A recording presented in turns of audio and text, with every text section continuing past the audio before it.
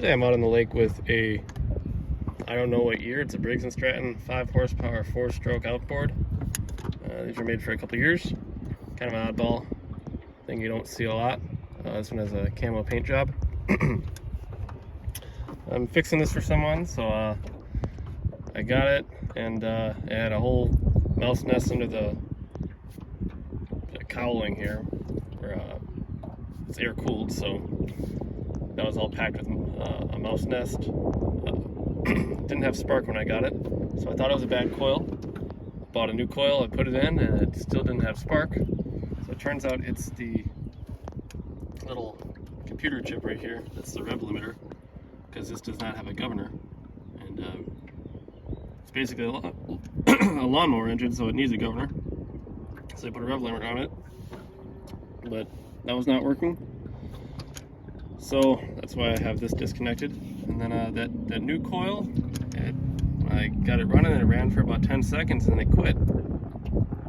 So I put the old coil back in without the rev limiter, and behold, it ran. I also cleaned the carb, put a new spark plug in it, changed the lower unit oil, and giving it a run out here. This is probably one of the most unrefined engines I've ever run. I've had 1940s engines that are more refined than this. And as you can see, it's pretty much just a lawnmower engine slapped on a lower unit that's almost like a copy of a Yamaha 4 horsepower lower unit. It runs well. I mean, it runs like most lawnmowers, so not fast. I think most 5 horsepower engines would leave this thing in the dust. It's heavy, it vibrates a lot, but we'll start her up and give her a run here.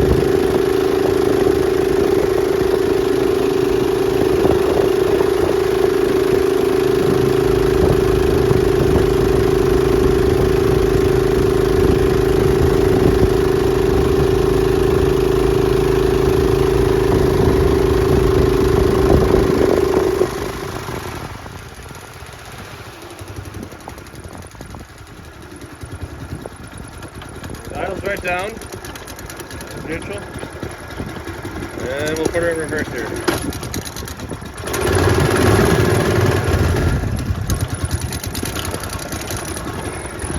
It doesn't need to pump water because it's air cooled.